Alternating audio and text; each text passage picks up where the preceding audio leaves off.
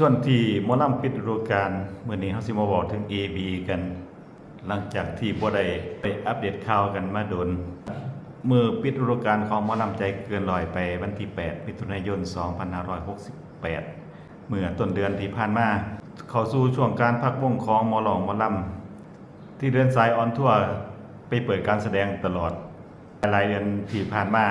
ถ้าใครบ่ได้ติดตามเรื่องหมอร้องหมอลำช่วงเปิดฤดูกาลของหมอลำก็สิเป็นช่วงใกล้ออกพรรษาเป็นฤดูงานกฐินผาป่าฝนเศร้าตกจนสิมาปิดฤดูกาลอีกเทื่อนึงก็ช่วงที่สิเข้าพรรษาเข้าสู่หน้าไร่หน้านา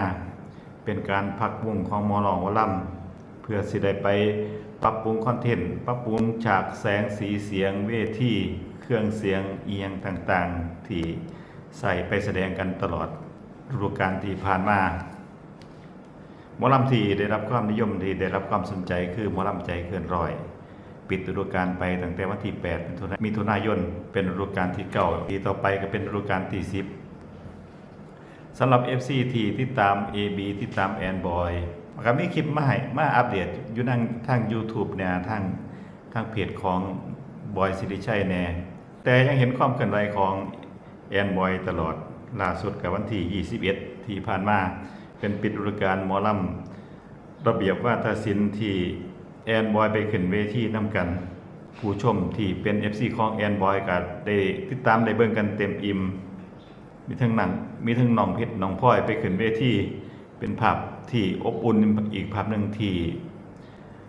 สร้างความประทับใจให้กับ FC ของแอนของบอยถ้าไปพี่ทอดแอนบอยก็สิมีไลฟ์สดผ่านกลุ่มปิดให้ FC ของแอนบอยได้เบิ่งกันวันที่28ที่สิฮอดให้พี่น้อง28มิถุนายน2568เป็นการไลฟ์สดผ่านกลุ่มปิดให้ FC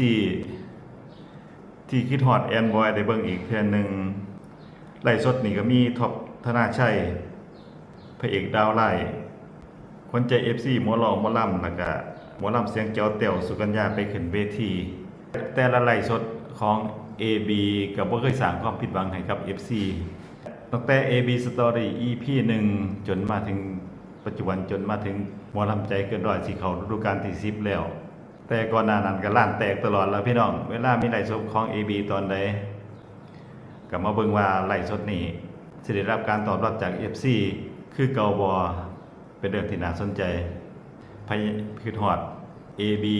ช่วงปิดฤดูกาลก็สามารถไปเข้ากลุ่มปิดกันได้ส่วนนี้ลูกซักบ่ค่อยได้เข้ามาอัพคลิปอยู่ใน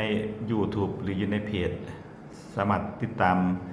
TikTok ของลูกซักมักมวนได้อีกช่องทางหนึ่งฝากกดติดตามกดไลค์กดแชร์คลิปหน้าจะมาพบกันใหม่สวัสดีครับ